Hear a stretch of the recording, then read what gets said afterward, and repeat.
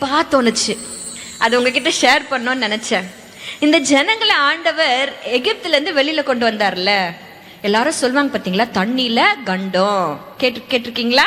தண்ணியில அப்படி கண்டம் தண்ணியில வந்துருச்சு. யாருக்கு? இஸ்ரவேல் ஜனங்களுக்கு. வெளியில வந்து கொண்டு வந்துச்சாரு. அடிமைத்தனத்துல இருந்து ஜாலியா வெளியில வந்தோம் நினைச்சிட்டு இருந்தாங்க. இப்ப வந்து எங்க நிக்கிறாங்க? முன்னாடியும் போக முடியல, பின்னாடியும் போக முடியல. எங்க வந்து நிக்கிறாங்க? செங்கடலுக்கு முன்னாடி வந்து நிக்கிறாங்க. ஒரு பெரிய தண்ணி கண்டத்துல வந்து நிக்கிறாங்க. சரி, அப்படி ஆண்டவர் என்ன பண்ணாரு? செங்கடலை 2ஆய் பிளந்து நடுவுல வழியை உண்டாக்கி வெட்டாந்தரையில கர்த்தர் நடக்க செய்து அற்புத விதமாய் அந்த பக்கம் கொண்டு வந்து சேர்த்துட்டார். ஆமாவா? அப்படியே நடந்து கொண்டு வந்துட்டே இருந்தாங்க. இப்போ எல்லாருக்கும் தாகம் எடுத்துருச்சு. தண்ணி இருக்கு, ஆனா எப்படி இருக்கு? இப்ப திருப்பி தண்ணியில கண்டம் வந்துருச்சா? அங்க முதல்ல ஓவர் தண்ணி இருந்துச்சு செங்கடல்ல. இப்போ இங்க தண்ணி இருக்கு, ஆனா எப்படி இருக்கு? கசப்பா இருக்குது. ஆனாலும் ஆண்டவர் கூடவே இருந்து ஒரு அந்த மாறாவின் நீரை மதுரமாய் அவர் மாற்றி அவர்களுக்கு தண்ணீரை குடிக்க கொடுத்தார். இன்னும் அப்படியே தொடர்ந்து வந்துகிட்டே இருக்காங்க. 17ஆம் அதிகாரம் யாத்ராகமத்துல பாத்தீங்கன்னா வறண்டு போன நிலைமையில வர்றாங்க. இப்ப தாகம் எடுக்குது, என்ன இல்ல? அங்க ஓவர் தண்ணி, இங்க கசப்பு தண்ணி, இங்க தண்ணியே இல்லை. தண்ணியில கண்டமா இல்லையா அவங்களுக்கு? நம்ம வாழ்க்கையில கூட ஒரு சில நேரங்களில் இல்லாம இருக்கும், வறண்டு போன நிலைமைகள் இருக்கும். அதாவது இருக்கும், ஆனா கசப்பா இருக்கும். எல்லாமே இருக்கிற மாதிரி இருக்கும், ஆனா அதுல சந்தோஷம் இருக்காது. ஒரு சில நேரங்களில் என்னால சொல்ல முடியும், ஒரு சிலவர்களுக்கு எல்லாமே இருக்கும், ஆனா நிம்மதி இருக்காது. எல்லாமே இருக்கும், காசு இருக்கும், பணம் இருக்கும், நகை இருக்கும், எல்லாம் இருக்கும், ஆனா நிம்மதி இருக்காது. எல்லா சொத்து சுகம் இருக்கும், ஆனா பிள்ளைகளுக்குள்ள சமாதானம் இருக்காது. இப்படி என்ன குறைவுகள்ல எந்த இடத்துல கண்டம் உங்களுக்கு இருக்குதுன்னு நீங்க நினைச்சிட்டு இருந்தாலும் அங்க எல்லாவற்றிலும் கர்த்தர் நம்ம கூட இருப்பார். ஹல்லேலூயா! அவர் கூட இருப்பார். ஆனால் அந்த இடத்துல ஒரு அதிசயத்தையும் அற்புதத்தையும் அவர் செய்ய வல்லவரா இருக்கிறார். இன்னைக்கு நீங்க எந்த நிலைமையில இருக்கிறீங்க, கேட்டகரியில இருக்கிறீங்கன்ட்டு நீங்களே போட்டு பார்த்துக்கோங்க. அப்பா, எனக்கு எல்லாம் இருக்கு, ஆனா நிம்மதி இல்லை. எனக்கு ஒண்ணுமே இல்லை, வறட்சியா இருக்கிறேன். எனக்கு இருக்கு, ஆனா கசப்பா இருக்குது. அப்படின்னு என்ன சூழ்நிலையில நீங்க இருந்தாலும் இன்னைக்கு ஆண்டவர்கிட்ட நம்ம கேட்க போறோம். அப்பா, நீங்க என் கூட இருந்தா போதும் ஆண்டவரே, நீங்க என் கூட இருந்தா போதும் ஆண்டவரே. எஃப் கொடுங்கண்ண. நீங்க எங்க கூட இருந்தா போதும் ஆண்டவரேன்னு சொல்ல போறோம். தைரியமா சொல்ல முடியுமா? எப்பெல்லாம் நம்ம பலவீனப்படுறோமோ அப்பெல்லாம் கர்த்தருடைய கிருபை போதுமானதா இருக்கும். ஹல்லேலூயா! கர்த்தருடைய கிருபை எப்படிப்பட்ட கிருபை தெரியுமா சகோதரியே? அது போதுமான கிருபை. ஒவ்வொருத்தருக்கும் ஒவ்வொரு லெவல் இருக்கும். இப்போ ஒல்லியா இருக்கிறவங்க பார்த்தீங்கன்னா கொஞ்சமா சாப்பிடுவாங்க, நல்ல வெயிட்டா இருக்கிறவங்க பார்த்தீங்கன்னா நிறைய சாப்பிடுவாங்க. கர்த்தருடைய கிருபையானது ஒவ்வொருத்தருக்கும் எவ்வளோ தேவையோ அந்தந்த சிச்சுவேஷன்ல உங்களுக்கு என்ன நீட் இருக்கோ அந்த அளவுக்கு தக்கதாக கர்த்தருடைய கிருபையின் ஈவு உங்க ஒவ்வொருத்தருக்கும் இருக்கிறது. ஹல்லேலூயா! அதனால்தான் பவுல் சொல்றார், அது போதுமான கிருபை, அது போதுமான கிருபை. நிறையவும் இல்லை, கொஞ்சமும் இல்லை. உங்களுக்கு என்ன தேவையோ அந்த தேவைக்கு தக்கதான போதுமான கிருபையை கொண்டவர் அவர். ஹல்லேலூயா! நான் பல் மருத்துவரா இருக்கிறதுனால நான் எப்பவுமே ஒருத்தர்கிட்ட பேசும்போது முகத்தை பார்த்து பேசவே வராது. நேரம் என் கண்ணு எங்க தான் போகும்? பல்ல பார்த்து தான் போகும்.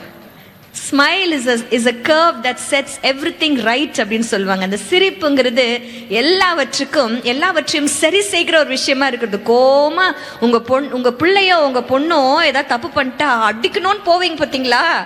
அப்போ அழகா ஒரு சிரிப்பு சிரிக்கும். அது ஓங்கிற கையே அணைச்சிக்கும், நம்மளுக்கு அடிக்க தோணாது. ஹல்லேலூயா! கர்த்தர் நம்மளை அவ்வளவு அழகாய் முட்கள் நிறைந்த சூழ்நிலை இருந்தாலும் அதை வெளிக்காட்டாதபடிக்கு விசேஷமாய் படைத்திருக்கிறார். ஹல்லேலூயா! வாழ்க்கையில கசப்புகள் நம்மளுக்கு கலந்திருக்கிறது. நான் இல்லைன்னு சொல்லல, கசப்புகள் இல்லாத வாழ்க்கை யாராவது வாழறீங்களா? யாருமே இல்லை. ஆனா பாசமுள்ள ஒரு மரம் நம்ம கூடவே வருகிறது, நம்ம கூடவே இருக்கிறது. பெண்களாகிய நாம அழகான ஒரு ரோஜா போலையாம். மேலதான் பார்க்கும் பொழுது அந்த ரோஜா அழகா தெரியும், ஆனா ரோஜா போய் கிட்ட போய் அதை பறிக்கும் பொழுதுதான் தெரியும் உங்க கையில என்ன குத்தம்? முள்ளு குத்தம். ஆனா தூரத்துல இருந்து பார்க்கும் பொழுது அந்த முள்ள நம்ம கண்ணுக்கு படவே படாது. கர்த்தர் நம்மளை அவ்வளவு அழகாய் விசேஷ விதமாய் படைத்திருக்கிறார். சந்தோஷத்தை மாத்திரம் வெளியில காட்டுகிறவர்களாய், அழக மாத்திரம் வெளியில காட்டுகிறவர்களாய். ஆனா உள்ளுக்குள்ள என்ன இருக்கும்? அவ்வளவு முட்கள் இருக்கும், அவ்வளவு பாடுகள் இருக்கும். ஆனா முகத்துல சிரிப்பு இருக்கும். ஹல்லேலூயா. கிறிஸ்துவை தன் தெய்வமாய் கொண்டிருக்கிற ஒவ்வொரு பெண்ணுக்கும் எவ்வளவு பிரச்சனை இருந்தாலும் அந்த சிரிப்பு மாத்திரம் இல்லாமவே இருக்காது. ஹல்லேலூயா. அழகா சிரிச்சு காட்டுறீங்களா எல்லாரும்? எனக்கு என்ன அழகா இருக்கீங்க தெரியுமா? எங்க ஐயா அடிக்கடி சொல்வாரு, ஆண்டவர் 6 நாள்ல இந்த உலகத்தை படைச்சாராம். அப்பெல்லாம் தேவைப்படாத ரெஸ்ட் கடைசியா அந்த பொண்ணை படைச்சு முடிச்ச உடனே ஒரு நாள் ஃபுல்லா ஓய்ந்திருக்க வேண்டிய நிலைமைக்கு போனாராம். பாத்துங்க, அவருக்கு ரெஸ்ட் தேவைப்பட்டுச்சான். அப்படி கிண்டலா சொல்வாரு. ஆனா என்னால தைரியமா சொல்ல முடியும், 6 நாள் கர்த்தர் படைத்த எல்லா படைப்புகள் எல்லாம் முடிஞ்ச அப்புறமாகவும் ஆண்டவருக்கு ஏதோ ஒரு குறை இருந்துச்சு, ஏதோ ஒண்ணு முழுமை அடையல. அந்த பெண் உருவாக்கப்பட்டதுக்கு அப்புறம் தான் அங்க ஒரு முழுமையே ஏற்பட்டுச்சு. ஹல்லேலூயா.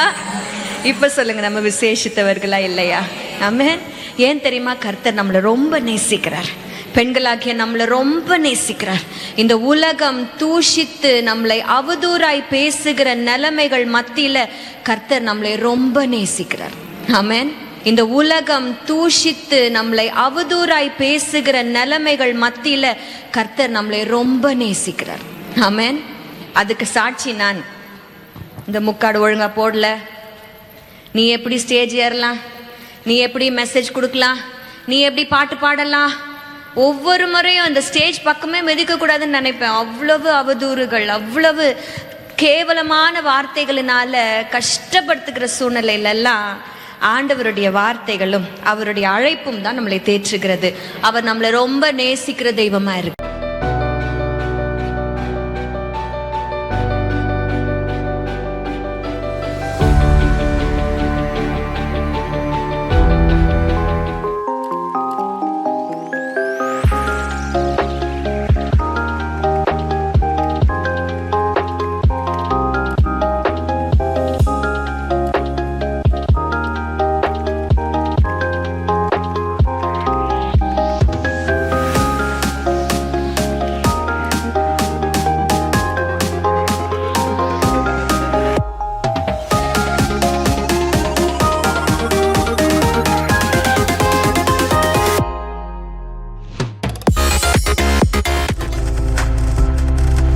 நீங்கள் பார்த்து கொண்டிருப்பது உங்கள் ஜாய் டிவி. உங்கள் துக்கம் சந்தோஷமாய் மாறும்.